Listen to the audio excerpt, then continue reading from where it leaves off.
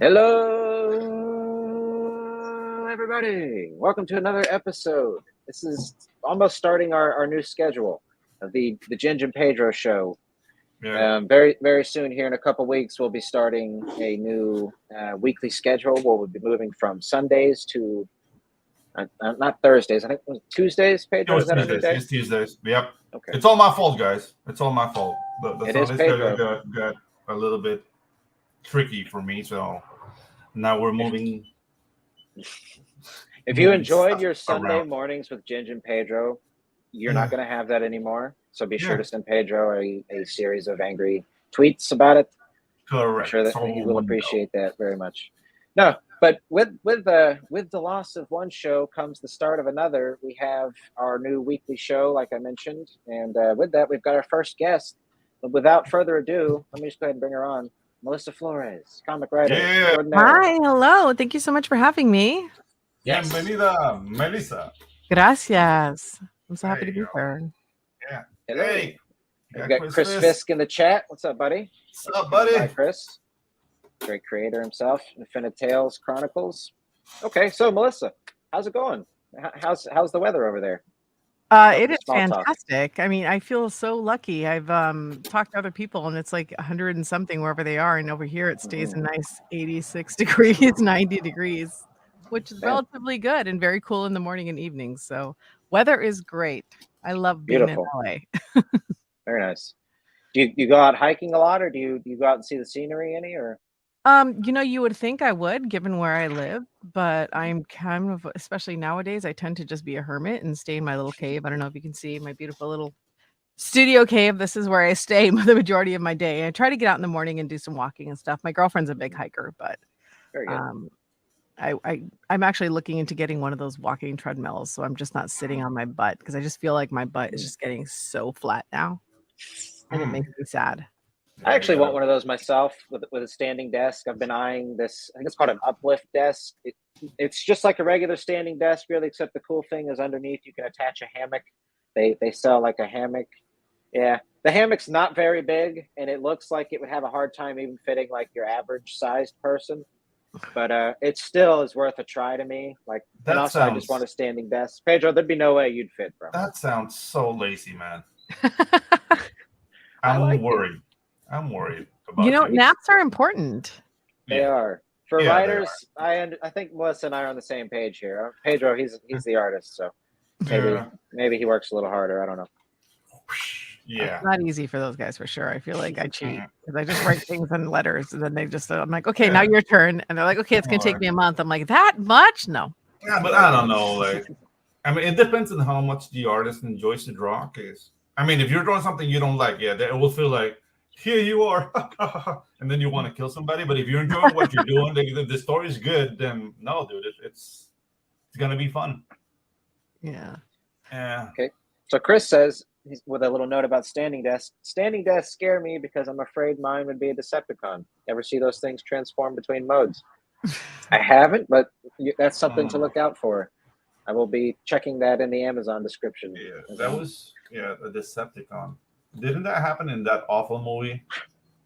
The awful Transformers movie. I think it was the second one. I don't know. They're like 12. But which one? yeah, there was like a transforming desk at some point.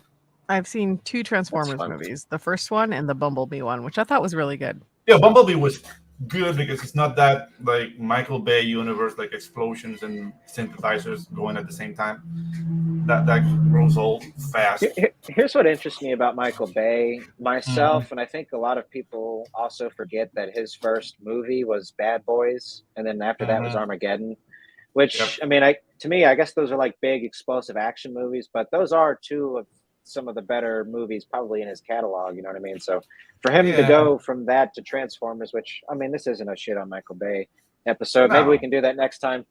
But anyways. I mean, it is one of those things where I think people underestimate what producers bring to a table. And I think a lot of times what happens with these bigger directors is that they get so big, nobody can tell them no anymore.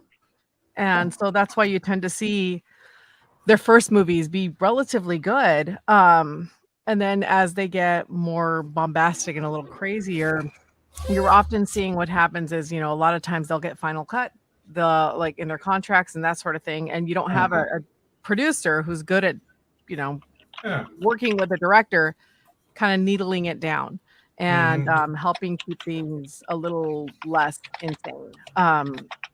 So yeah, I think producers are what's missing sometimes with some of these bigger directors who. Yeah, Michael Bay needed a producer that would tell him like, "Dang, it's not a line."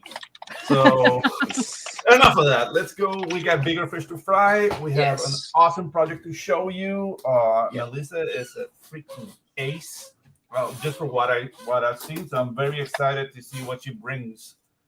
Let me say hello to the chat real quick. We had a couple more friends come by. I know Ashton Jackal, my buddy Ashton. He's been on the show before. He is actually a fan of Radiant Black, and I think he's collected most of those issues. So shout out to him. Amanda B in the chat. What's up, Amanda? Are my clocks wrong? Nope. We just had to reschedule to a little earlier. No problem. It's my bad. My fault, guys. Sorry. Hey, it's a lunch show, so yes, that's actually the fun. Grab your Chinese and let's go. Bumblebee was a great film, definitely better than Tumbling Car Engines Bayverse. All right, good stuff. Okay, so Melissa, please, could you tell us a little bit about your journey as a writer? What were some of your earliest influences growing up? And what was that thing that pushed you to want to be a writer? If you can. Well, I think ever since I was a little kid, I've just been obsessed with stories and with worlds. I was the one that read every book she could get their hands on. I was the one that was obsessed with movies. I think the first real fandom I fell in love with was Star Trek Voyager and Xena Warrior Princess. Like I just would wait every week for those shows. I was obsessed with them. I always was thinking about them. And when I got into my teen years, I discovered fan fiction, and then all bets were off. It was, what people are writing stories about their favorite shows and aren't able to stop thinking about them. And so that's, I think, how I fell in love with writing. I was always obsessed with words and with stories, and then just being able to see fan fiction, what people were doing with their favorite shows, and the idea, it never occurred to me that I could actually be one of the people actually creating that content until I saw people creating fan fiction. And I went to a very heavy math and science high school, and it was, again, one of those things where I thought I was going to be a doctor. And then I took so much math and science. I interned at Nissan. I did all this incredible stuff that I feel like the other side of my brain just exploded. So by the time I went to college, it was pretty clear that I wasn't going to be an engineer and I wasn't going to be a doctor. I was probably going to be a creative. And that was as far as I had figured out. Thankfully, I lived in LA, which is, if you want to, and I went to USC. So I was in a good position, but maybe less of a position than somebody that knew exactly what they wanted to do. I minored in theater. And then when I graduated college, I got a job as a receptionist for a couple different places and ended up at FX Networks right about the time John Landgraf came over. And John Landgraf, if you don't know, is the president of FX, incredibly brilliant, kind man. His big show that he was doing before he came to FX was Reno 911. And love Reno. He kind of did this creators first kind of mentality at FX, which I thought was really interesting, which he'd bring these incredible showrunners. And at the time that was very new and very different. He brought in this creative writer directors and basically said, I want you to do the show the way you want with minimal input from me. I will help you make it better, but that's it. And so that's how he attracted people like Stephen Bochco and Ryan Murphy and all these incredible creators. And so you kind of got this renaissance at FX at the same time I was there, which was Nip Tuck and Over There and The Shield and all these incredible shows. The Commish. Nice. Yeah. And but unfortunately, it was one of those things where I was a terrible assistant because I had undiagnosed ADHD. And to be a creative executive's assistant, you have to be incredibly detail oriented and you have to be very good at managing schedules. And I was not very good at that at all. And it was actually a different time too. Like I knew at that point that I wanted to be a writer. I wanted to get on a show. It was very difficult for me being Latina and queer and female.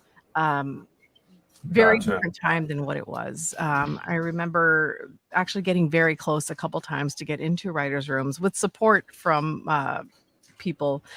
And I remember one time I lost the role just because they were afraid that because I was a woman, I was not going to be able to handle the sexist jokes that were in the writer's room.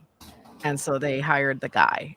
And that was a completely, they thought that was completely okay to tell me. And that was just the time that I was working with. They were just like, hey, this is a writer's room full of dudes. And we're just afraid that, if a girl's in there, they're not going to feel comfortable. And as much as we love you, it was one of those things I kept getting. So I kind of just got frustrated, gave up a little bit. And then I got a job as just a regular assistant to a finance guy while I worked on my own stuff at a company called Saban Capital Group. And I was there for 3 years, and they treated me very, very well. It was fantastic because I could write on my own time. And then after about 3 years, I was bored stiff. And so I talked to the general counsel there and basically said, hey, I'm getting kind of bored. I think I'm going to go back to entertainment. I kind of want to see if I can, now that there's some time has passed, if I can actually really, really start to move my way up. And she's like, well, we might actually have a job for you here. And at the time, they had just bought Power Rangers from Disney and created a company called Saban Brands. And so they created a company called Saban Brands, and they had Paul Frank and they had Power Rangers, and they needed people to develop those shows around those brands. And so I interviewed with Brian Cazzantini, who was incredible, and he thankfully saw potential in me and hired me on as a coordinator, and I worked my way up as a director, and that is how I became a creative executive and a producer. And I loved doing that. It was great. I became basically the de facto Power Rangers brand expert. And part of that job was just basically working with writers on any different thing, not just television. So I kind of fell in love with the different content and the different media, like publishing, movies, features, video games, anything I got to play with. And that's how I kind of fell in love with the process of comic books and all that fun stuff that came from there. And so I was there for 10 years. And again, it was one of those things where I'd been there 10 years. I feel like I'd done everything I wanted to do with the role that I was given. And so by the time that Hasbro bought Power Rangers and I moved over to Hasbro, I was starting to feel a little itchy. So when my job ended with Hasbro, it was at that time where I was like, look, it's been 10 plus years. I feel like I finally got the skills and the connections, and I've put in the hard work at honing what it means to tell a good story, that I feel like now I finally have a real shot. And the world has changed too. I feel like I finally have a real shot at actually making a career as a writer. And it took this was 2 weeks before the pandemic happened, and everything shut down. But thankfully, I had an incredible amount of support, and from not just my girlfriend, but also a lot of amazing colleagues who also agreed that I had talent, and I was able to do some really cool stuff. And it was because of that I was able to do cool stuff like the Dead Lucky and now Power Rangers for Boom. Got a quick little note here. Ashen Jackal says, I've collected all the issues. Hers will be part of the collection. Talking about the Radiant Black universe. That's actually a good segue into how you got on with the Massive Verse. Is that what it's called? Mm-hmm. So obviously through Kyle Higgins and Power Rangers, could you talk a little bit about how it all sort of came to be?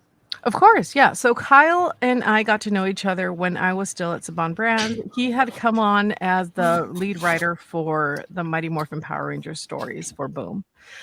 He came in with an incredible new perspective. He basically said, I want to write Power Rangers, not as it was, but how it made me feel, which I thought was incredibly insightful because he was writing Power Rangers in this incredible character-driven way. And not going in that way, I know a lot of people like this short, but there was that short by Adi Shankar that was very adult and yeah. And I totally understand why people would like it. I myself did not, because I felt like it was taking Power Rangers and just turning it into something it wasn't, just for shock value, as opposed to what it could be. Yeah. And I feel like Kyle did the opposite. Kyle looked at Power Rangers through that same lens. I want to make it feel like I want a power version of Power Rangers for adults, and created a Power Rangers that I felt honored its roots. It wasn't just, the Black Ranger smoking, like sniffing cocaine and all that other stuff. So yeah, that it's a hard turn for sure. I mean, nothing wrong against that. I mean, if that's where people want to go, but it wasn't the kind of Power Rangers I wanted. Yeah. I got you.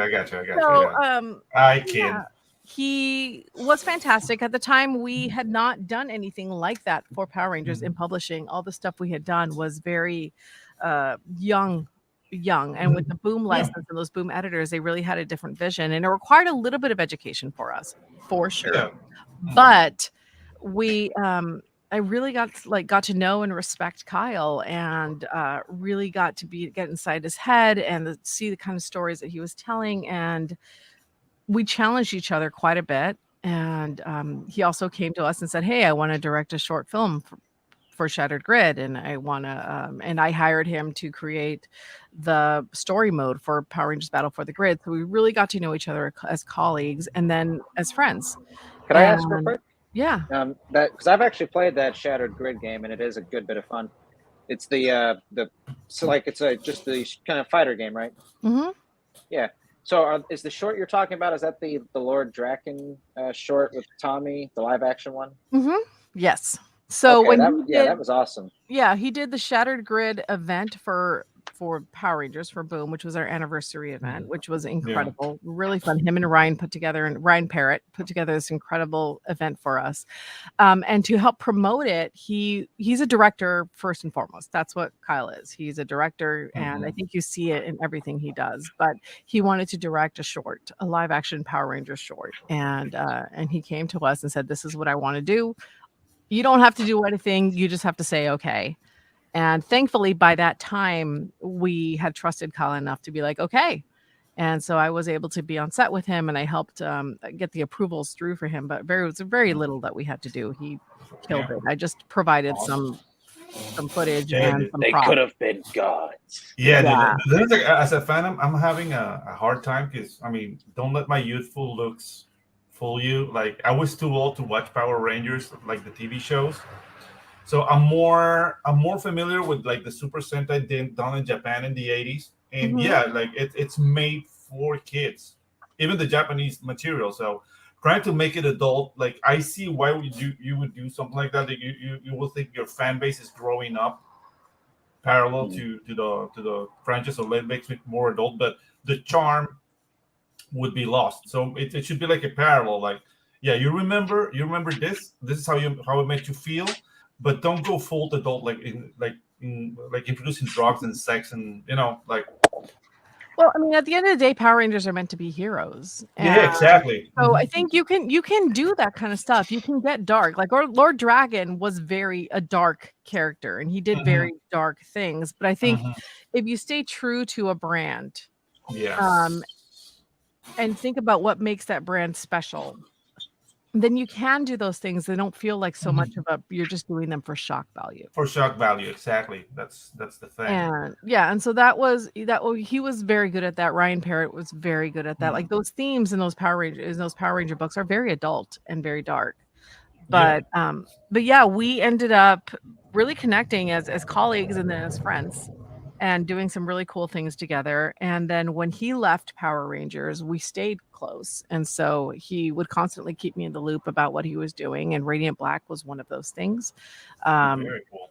And I was very excited for him because I thought it was very cool. And he had put together something really special because Kyle put so much of himself in what he does. And I think that first issue with Nathan and how he was struggling as a writer and like struggling to find himself, like I felt like that was so beautiful, like so different than any other superhero we had seen. And then with Marshall taking the helm, just he's so good at the story.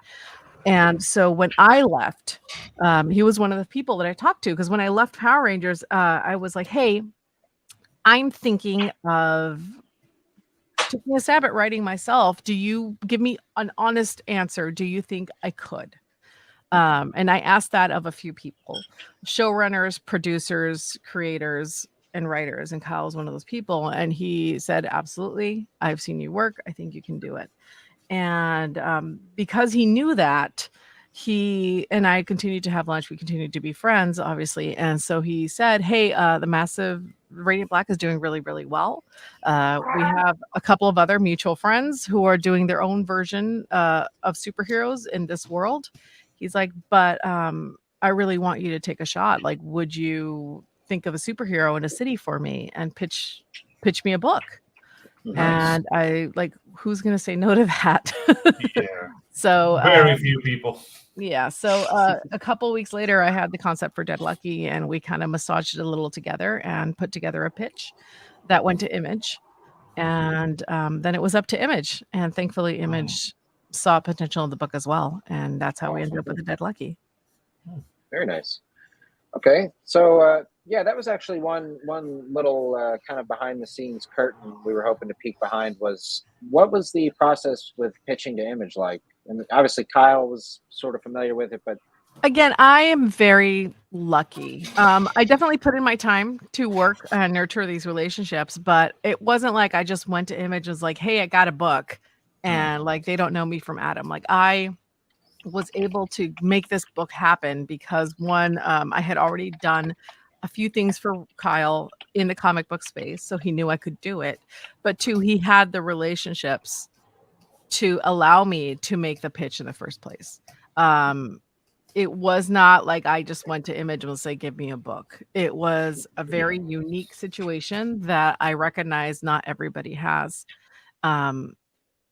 And definitely put in my time for sure, 10 plus, 20 plus years. But it was one of those things where I was lucky that I had a pre-existing relationship with somebody that was doing very well at Image that allowed me to be able to be the in a position to get this book made. I don't know if I myself, as I am with my resume, would have been able to do the same. Gotcha. No, it makes perfect sense. And the thing is, like, yeah, being humble enough to say, like, yeah, I don't know if I can do it on my own is a credit to you. So yeah, that's really cool. And yeah, that's the thing. Like most of us are like indie creators, and we're going like with the crowdfunding route. So we're really like interested and say like, okay, what were the steps you took to Image? And yeah, you just said it right away. So it's not like getting there and knocking on the door like, hey, I got a book. Yeah, it's one of those things. This book would not have happened 100% without Kyle. I wrote the pitch. I came up with the story. But Kyle helped me develop it. He still consults on every script. He helped me put together the team. Like he put French on the book. He put Mattia on the book. We got Michael to edit it, and he edits all the Massive Verse books. So this is absolutely Kyle being the director that he is, being like, I think you people are good. I think the story is good. Let's do something cool with it. And it became a black market narrative book. So it is very much a piece of Kyle's lore as much as it is mine.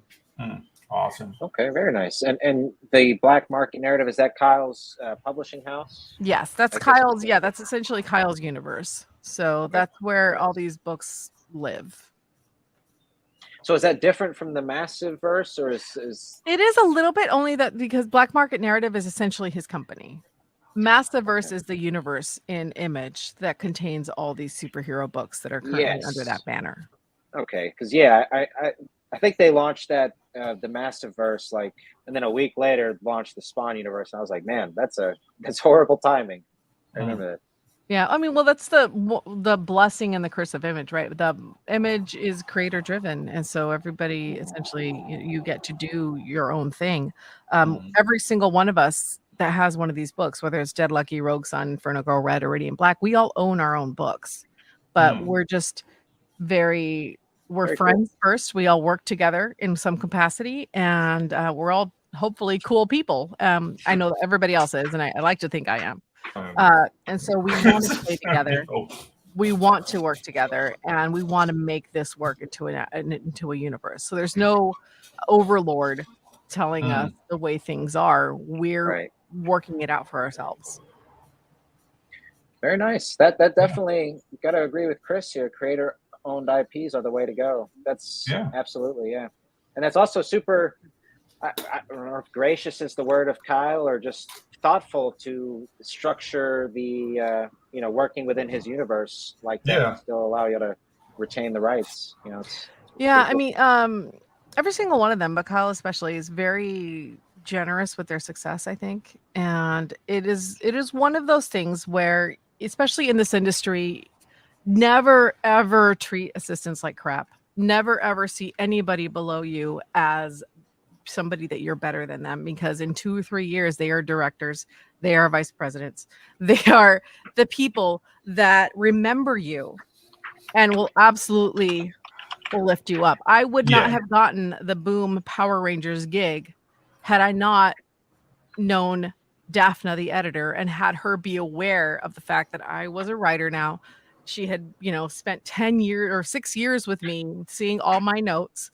She had read the preview of Dead Lucky, and I just came up that I was this person now that maybe was ready to take this challenge on. So the true way of Hollywood always is not just going in cold, but it's who you know and networking and making sure that people remember you for things. And part of that is doing the same for others, right? When you're in the position to. I'm very new. I'm not in any position to do anything for anybody right now, but hopefully in 5 years, I'll be able to do the same. But it's the idea of, everybody comes up together and everybody works together. So basically, you have to be a memorable non-asshole. Be a good person, for sure. There is a fallacy in Hollywood that assholes do whatever they want. Exactly. Far and few between. No. Very, very few, especially if you're a writer, because writers are producers are the ones that have all the power in Hollywood. So they could probably be jerks if they want to. But if you want to work with people, and if you want to be able to get hired to do stuff, especially as you're coming up, unless you are so connected to somebody, like somebody's son or daughter or whoever, that they cannot, they are told hire you.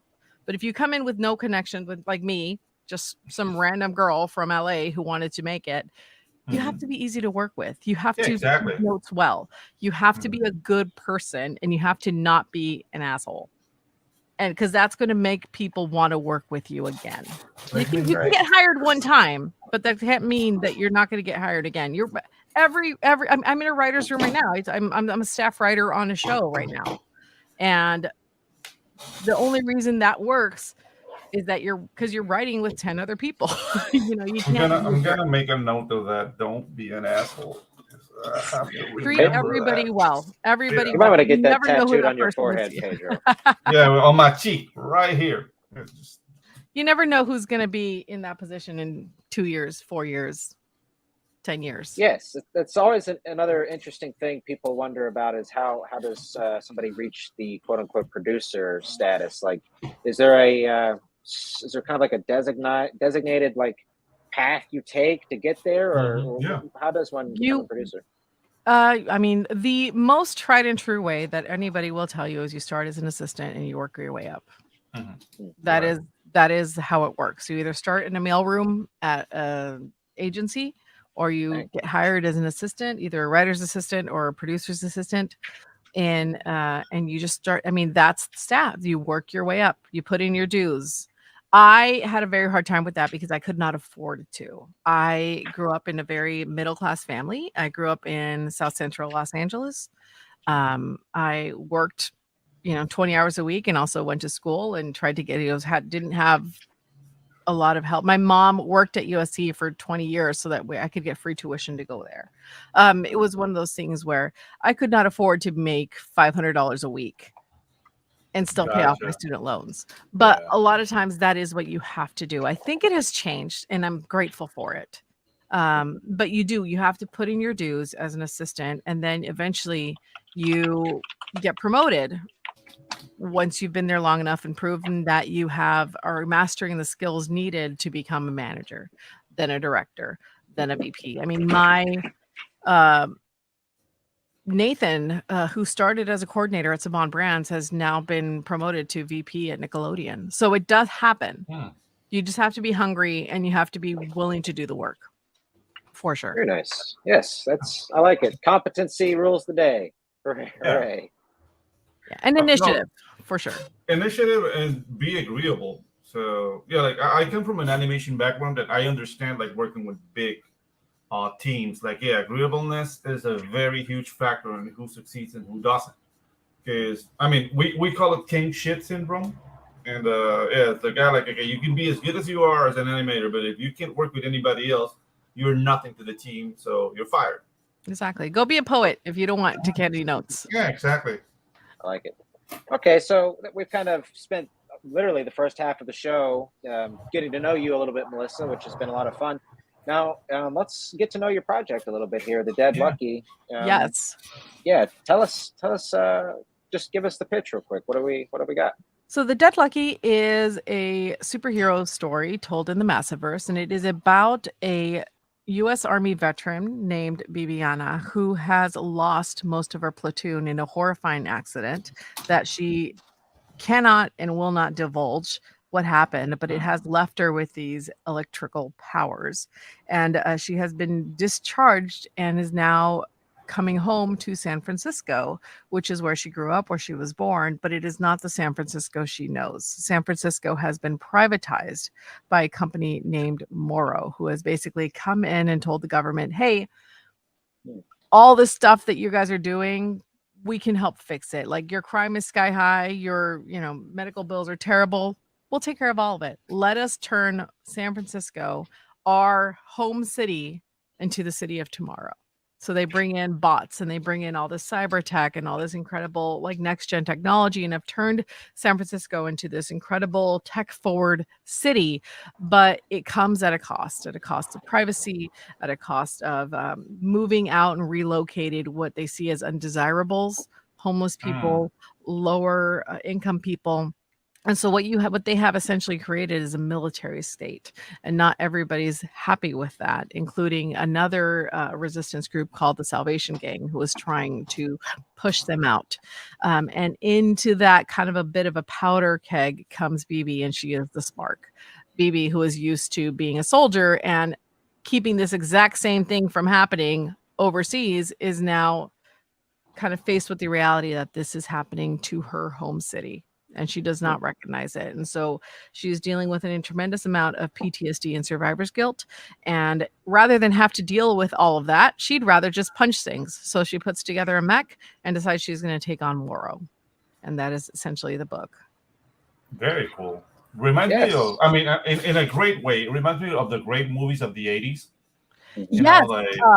It was when in the pitch, I think I said this is Arcane, which is that wonderful Netflix show, meets RoboCop. Yeah, RoboCop. Meets Iron Giant. Meets Blade Runner. Like it was meant to be very like neon sci-fi fun. Yeah. Yeah, dude, like the whole like evil corporation thing was distilled with OCP. And dude, like when I hear you talking, it took me right there. So dude, it sounds great. I like it. I like that kind of like more obscure, more so than having like one personality being like the fulcrum of evil. Is just like, okay, this system where everybody's in and nobody can really get out of it just because of selfishness, basically. Because I mean, working for profit, it ends up being selfish if you're harming others. So yeah, like I like that concept. So very, very cool. Yeah, so I really love Morrow. Yeah. So we actually have is this a trailer? Something I shared earlier. Real quick, let me pull this up real quick. Something on the image Twitter. Okay. So, yes. All right. Here we go. Mind if I go ahead and play this, Melissa? Please do. This little trailer here. I love this thing. Awesome. San Francisco used to be my home. Can y'all hear it? Special. A safe haven. Not anymore. Morrow wants to turn it into the city of tomorrow. Brought in bots. Trying out next-gen cyberware. It comes with a price. One I'm not willing to pay. My name is BB. Used to be a soldier. Had purpose, a team. Now, just a mech and a ton of survivor's guilt.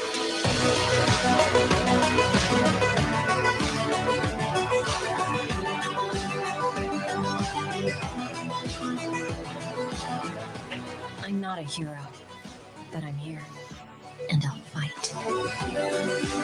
Who knows? Maybe I'll get a little lucky. Sweet. Yeah, we were very lucky. We got Christina V to voice that, and she is incredible. She's done hundreds and hundreds of voices, and she's the voice of the Miraculous Ladybug. And she and I got to know each other when we did a show called Hyperforce. She was one of our Black Hyperforce Ranger. So nice. Again, connections, right? Thankfully, exactly. we were able to. She was able to do that for us, and I was really, really grateful to her. Dude, I have two comments on talking about art. Like the simplified backgrounds and the color palette reminds me of Jackie Chan animated adventures. Mm-hmm. And dude, Love Jackie that's Chan something adventures. I really love to see because it's just like, dude, it's allowing the shapes to talk. Yeah. So you don't need to go into much detail to people recognize this is a building, this is a table, this is a post. Like really, really, like it's artistic. It's really good. I like it. I like it. Yeah, we're very great. We have an amazing colorist, Natalia, and obviously an amazing artist named in French. And we really worked with them to create a look for San Francisco that felt distinct and different. And we really wanted to go for that cyberpunk 2077, like high saturation kind of look. And then Michael Busatil, I say his name terribly, but he is our incredible editor and designer. So he designed the book. Yeah, and, that was one of the logo things that I took away from the most. I'm a bit of a wannabe designer myself, and like this dude completely nailed the. I guess it's like the ghost interface that's supposed to represent. Yeah, Ghost is her mech. Right. So yeah, but no, he did a fantastic job. Michael's incredibly gifted, and he edits every single one of the Massiverse books. And Becca Carey is also the letterer for most of these books, which I really love because I feel like it gives the Massiverse books a little bit of continuity in terms of keeping them all in the same universe, but making them feel very distinct and different. Yes, actually, that's not a bad idea. Having the same letterist do all the books. Okay. Yeah, she's great. It's a great idea for the letterer. Yeah. No, as a letterer, I approve of this. As a letterer, you approve. I see what you're doing, Ginge. So could you talk a little bit about the inspiration for your main character and sort of the design choices and sort of the creative process of point A to the finished design? Sure. The BB so the superhero version of her, I worked with an incredible artist named Federico Sabatini, and he does, I think he's on Moon Knight now. He does some Marvel stuff. And we talked about what we wanted from the character. And I basically asked for three things. I wanted it to be Toku inspired because of the Power Ranger roots, because I was with Power Rangers for so long. I wanted it to be I wanted there to be a helmet because BB doesn't want to show her face. She wants to be absorbed into this character. And I wanted it to be based on the Mexican Calavera, the Day of the Dead Sugar Skull. And because I wanted, one, I'm Latino, and I wanted that culture to be represented in the character. And two, because this character is obsessed with death. And that's how she came together. And we wanted the color palette, we wanted it to be very different. And yes, this was actually one of my favorite pages, if I can real quick. And it was a lot of the composition, but the colors actually remind me a lot of, like, I think Dave Stewart is his name. He was he was Darwin Cook's like main colorist. And Darwin Cook had a really great, like, almost 1950s vibe. That's kind of the color scheme I picked. Can you go up a bit, Ginge? Yes. For example, here, like there, you see like how the light hits the character, which is like very sharp. It's not like blurred or whatever. I mean, that's Mattia doing incredible work. Yeah. Like even the therapy scene where you could see it could be considered boring because it's just two people in a room, but he brings a brightness to it that I think is incredible. Yeah, camera angles and like incredible art would make any scene like amazing. Exactly. And I'm very here, lucky with the artists that we have. Here, like the point I wanted to make, like, is that the how the light hits the character is defining the three dimensionality of it. So you see how the light like embraces the shape of the character. You see, for example, on the bicep, on the far biceps, how the folds of the cloth affect how the light hits it. It's been defined by light. It's nothing more but light.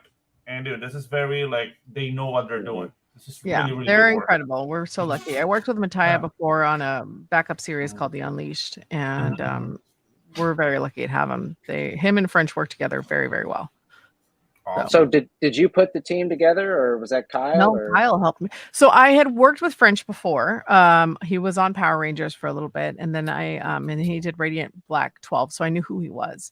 And I had worked with Mattia on The Unleashed. So, but Kyle essentially helped me put the team together for sure. He used his connections, he got them on board.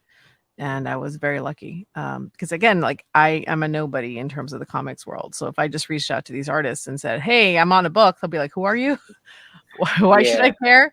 But if Kyle reaches out, then they actually are like, hey, I know that book. That'd be exciting to work on something else. So I'm, again, very lucky that he helped me out.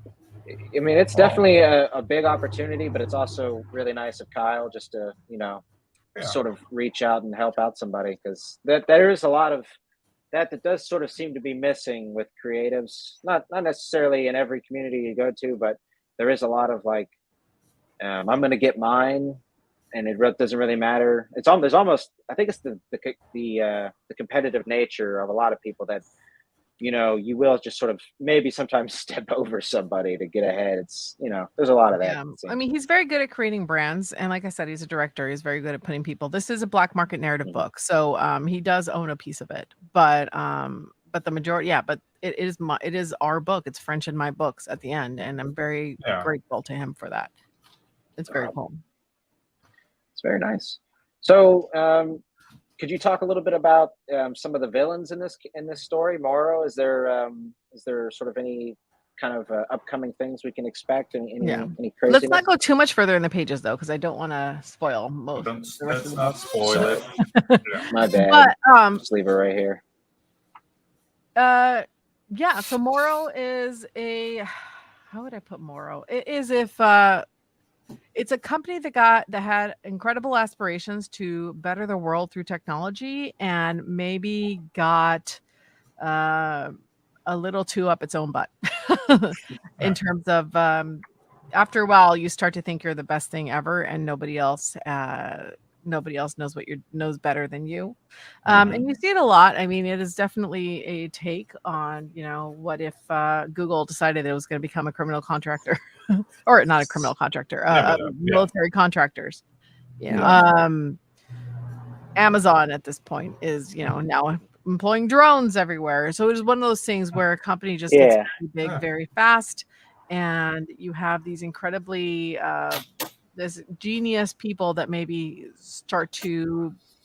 aren't told enough, know enough, and those start to believe in their own hype. And Morrow was those people. They truly believe they are saving the world, but in their heads above the clouds, they have lost sight of the people underneath them, and they have become like ants to them, just people to move, places to move. And that is essentially what Morrow is. I think they truly, truly want to believe they are turning San Francisco into something cool, but they are neglecting what made San Francisco special in the first place.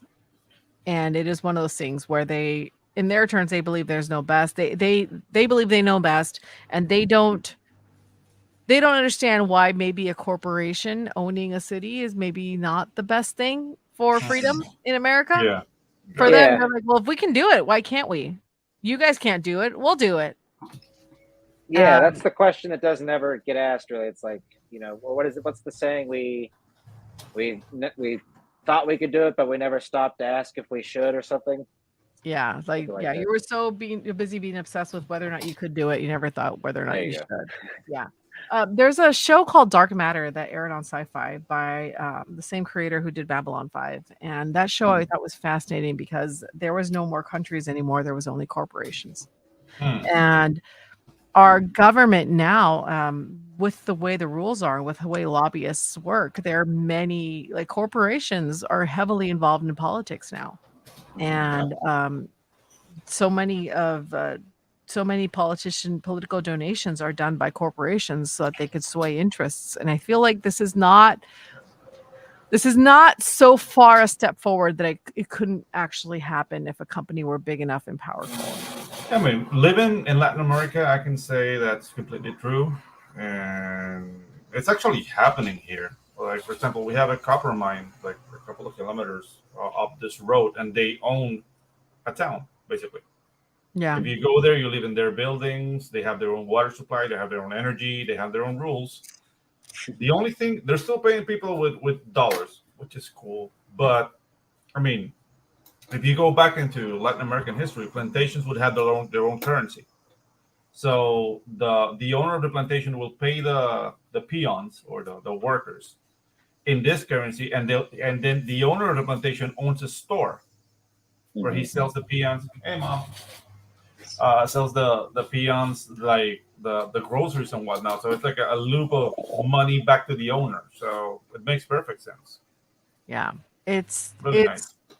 I'm trying not to be political, and I'm trying not to tell a cautionary tale, but I feel like you have to write with what you see around you, and it is one of those things where, it's not San Francisco in the massive verse exists maybe 5 years in the future. Okay, gotcha. So it exists at the same time as everything else. It just happens to be very technological forward. They've got bots on the streets. You can get political in your comics as long as you don't get preachy and divert from the storytelling, which there shouldn't be a problem if you talk political topics. Just keep the story entertaining, Yeah. So I don't see a problem with that. I do think there is a lot of there's, never mind necessarily like the politics of it, there's a lot of reality in the fact that basically your average corporation today is like as powerful as small kingdoms. And I think a lot of them fancy themselves as kings and, don't really have to obey by the same laws everybody else does because they rule, I've been in the room with billionaires. I can tell you they live a very different life than we do. Yeah. There is very little no in their vocabulary.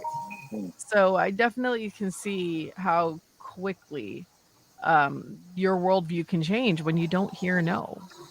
I mean, it's the same reason why you have celebrities that kind of stop existing in the same world as the rest of us, because when you are treated differently for long enough and you don't have people that ground you and tell you, hey, maybe don't do this, or maybe you're being a jerk, you start to lose touch with the reality, and you truly start believing you are different and you are better and you know best. It can happen. Yeah. So yeah, I agree. Yeah. There's something about a sky rise. I think you mentioned something about looking at people like their ants or something earlier.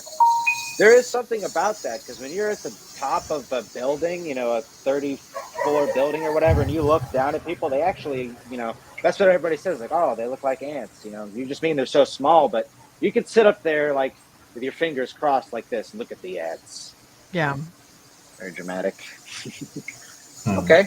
Very cool. So there's definitely a lot going on in this universe just within your own storytelling. Could you maybe talk a little bit about, do we expect to see some Radiant Black, crossover there? Is there going to be some character, some massive verse stuff going on?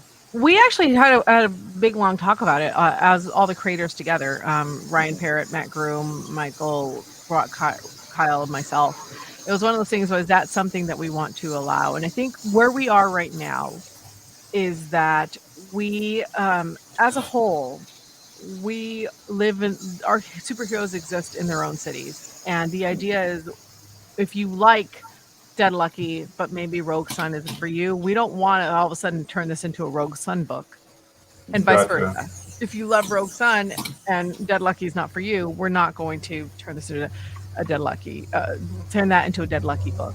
We want to respect the world that every creator builds, And we also I think DC and Marvel are brilliant at doing this, and more power to them, but it's not something we want to do. We don't want to do like a Dark Crisis kind of event where you Yeah, I have to gotcha. buy You 20 don't want to do a different issues. multiverse? Come on. Yeah, to make the stories make sense. Yeah, like the multiverse trap. Like, yeah, you want to know what happens next? Buy Quicksilver next issue. Yeah.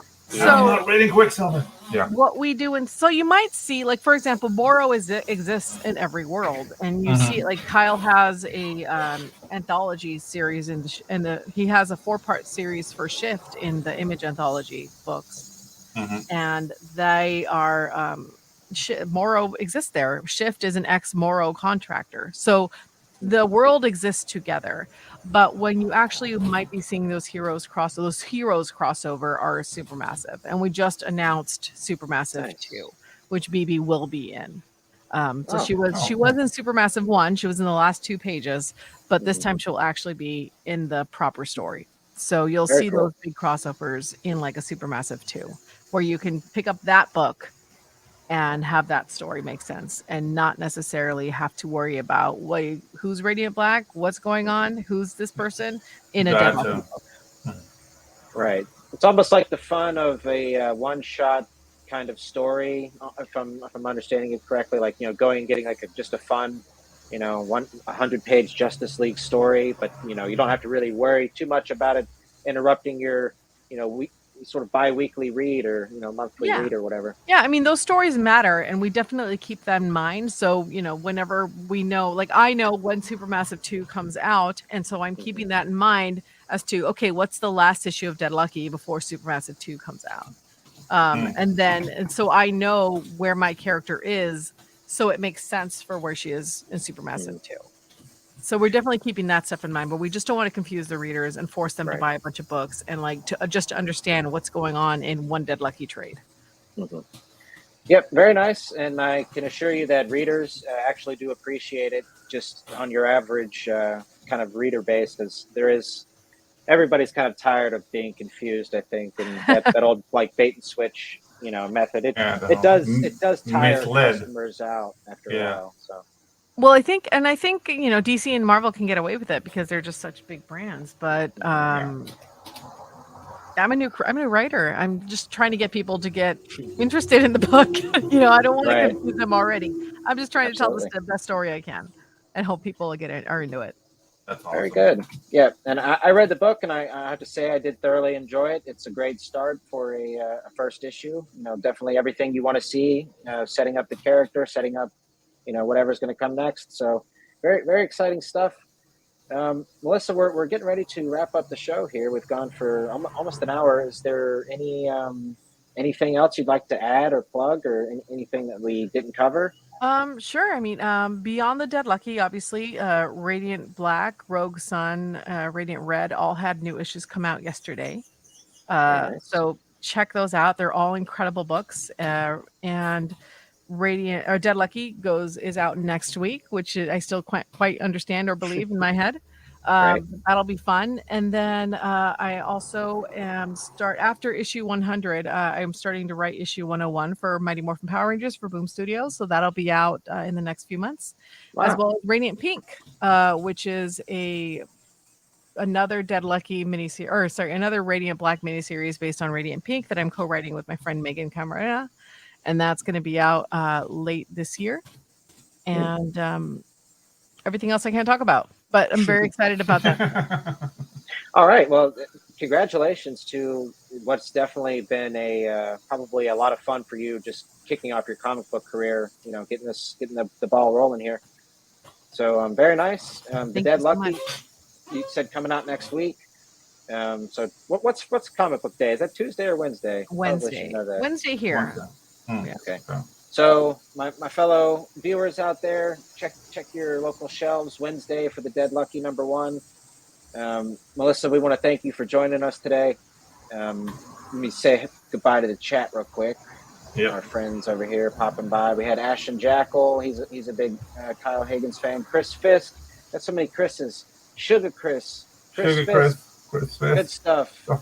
Thank you for coming by, buddy. Past Master Dan. Good guy. Always coming by. Amanda B. Hooray. Alrighty. So that was our episode with Melissa Flores. Melissa, I'm going to bump you to the back real quick. If you don't mind just giving us a moment, we'll be right there with you. All right. Boom. Hot damn. Another episode, my friend. Yeah, very interesting topic, and a creator we're not really like used to talk to. Yes. Like, I feel informed. Somebody actually mentioned that in the chat. We're getting more interesting creators in. So as a YouTube channel, I think that's in part what we should strive to do. So it's good. It's good. I wore my tux today, my Soul Glow shirt. Yeah. Is that the Panamanian tuxedo? Just a no, this is dude Soul Glow. Come on. Okay. Coming to America. Let's get you the Panama Jack hat. I got some sunscreen for you. We'll do the little gobbles. This is an Eddie Murphy classic, and I resent that, James. All right. Okay. Well, we got our guest in the back, buddy. So I want to thank everybody again for joining us, and we will catch y'all probably up this Sunday with Jose Garcia or Jose Lopez. I'm looking forward to that one. So many names. Okay, gang. We'll see y'all next time.